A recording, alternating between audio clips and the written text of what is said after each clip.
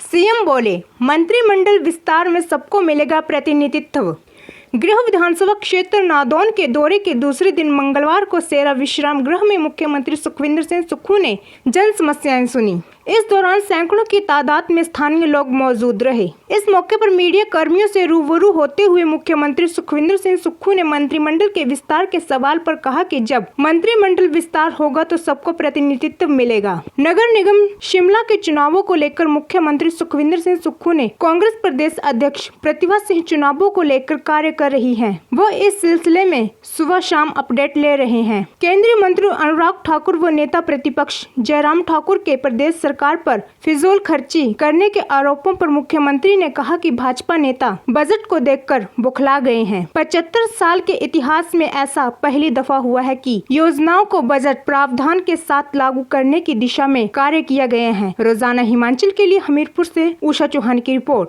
ये हमारे प्रदेशाध्यक्ष श्रीमती प्रतिभा सिंह जी है, वो काम कर रहे हैं और अभी नगर निगम चुनावों से संबंधित मैं सुबह शाम अपडेट भी ले रहा हूँ। सर जी, एक प्रश्न है, मंत्री परिषद का विस्तार बड़ा हो गया इंतजार, हमीरपुर के कुछ नेता भी कर रहे हैं इंतजार।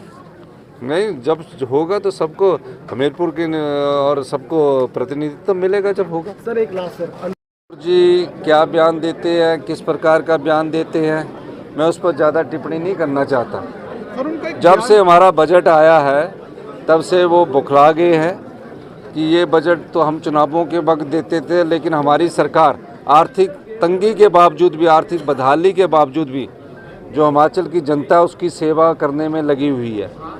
4 महीने में हमने पहली बार 75 साल के इतिहास में किसी सरकार ने बजट के अनुमान के साथ सोर्स पैदा करने के लिए हम आगे बढ़े हैं। पहली बार शराब के ठेके 4 साल में नीलाम नहीं हुए, 10% पर रिन्यू होते थे। 40% की वृद्धि उसमें दर्ज की गई है।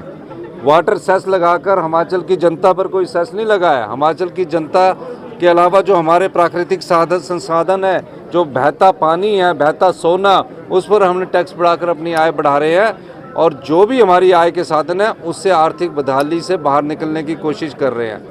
वो इस प्रकार के बयानबाजी देकर भ्रामक प्रचार करना चाह रहे हैं। मैं उनसे ये पूछना चाहता हूँ कि आपने कभी आय के स्रोत बढ़ाने के लिए कुछ कार्य किया है 5 साल में? 75 साल में ऐसा कार्य किया नहीं है और हम उस दृष्टि से आगे बढ़ रहे हैं। और मैं आपको ये भी विश्वास दिलाता हूँ कि आने वाले समय में 4 साल में हिमाचल की जो अर्थव्यवस्था है वो पटड़ी पर आएगी और 10 साल में हिंदुस्तान का सबसे अमीर राज्य हिमाचल प्रदेश होगा। इनसे इस सरकार को आर्थिक बदहाली से आगे बचाने की कोशिश कर रहे हैं। जो 75,000 करोड़ का कर्जा जयराम सरकार छोड़ गई है उसको सही दिशा से अर्थव्यवस्था को मजबूत कैसे किया जाए उस दिशा से आगे बढ़ रहे हैं।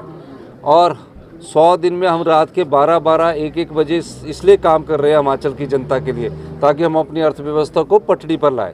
और जो मौज मस्ती की बात करते हैं वो जनता जानती है कि कौन मौज मस्ती करता है। हमने पिछले 100 दिन में जिस प्रकार का व्यवस्था परिवर्तन किया है, हम सत्ता सुख के लिए नहीं आए हैं, व्यवस्था परिवर्तन के लिए आए। वो व्यवस्था परिवर्तन लोगों में नज़र आ रहा है और 1 साल के भीतर उसका परिणाम भी